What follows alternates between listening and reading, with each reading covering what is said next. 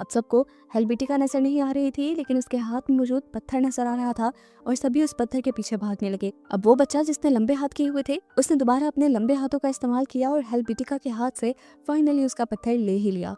ये देखते हुए हेल्वेटिका ने उसके करीब आकर उसे जोरदार पंच मारा और ऐसे उसके हाथ से पत्थर दोबारा छूट गया और लग गया हेल्वेटिका के डैड के हाथ। उस पत्थर को हाथ में लेते ही हेल्वेटिका के डैड को लगा कि वो अब सबसे ज्यादा पावरफुल हो चुके हैं, इसीलिए उन्होंने अपनी कंपनी के सभी एम्प्लॉयज को निकाल दिया, क्योंकि वो अब अपना हर काम इस पत्थर के जरिए करने वाले थे। इसके बाद उन्होंने बहुत सारे पैसे की विश मांगी, जिस पैसे के पहाड़ के ऊपर वो चढ़ते रहे और बहुत ऊपर चले गए। ये देखकर हेल्वेटिका और उसके सारे साथी समझ गए कि इंसानों का लालच इस तरह खत्म नहीं होगा। तब जहन लड़ाते हुए हेल्वेटिका ने अपने डैड से कहा, डैड अपना ये सारा पैसा आप बैंक में ट्रांसफर कर दे। उसके डैड को उसका ये आइडिया पसंद आया। उन्होंने जैसे ही सारे पैसे बैंक में ट्रांसफर किए तो पैसों का पहाड़ नीचे से गिरने लगा। वो भी नीचे गिर जाते, लेकिन बिल्डिंग से लटक कर उन्होंने अपनी जान बचाई। उनके हाथ में मौजूद ये पत्थर नीचे गिरकर उनके सिक्योरिटी गार्ड के हाथ लग गया। अब इससे पहले कि सिक्योरिटी गार्ड कोई विश मांग लेता, हेल्वेटिका फौरन उस पत्थर को टच करके कहती है कि ये सिक्योरिटी गार्ड एक सॉसेज बन जाए। सॉसेज बने इस इंसान को देखकर अभी सारे हैरान ही थे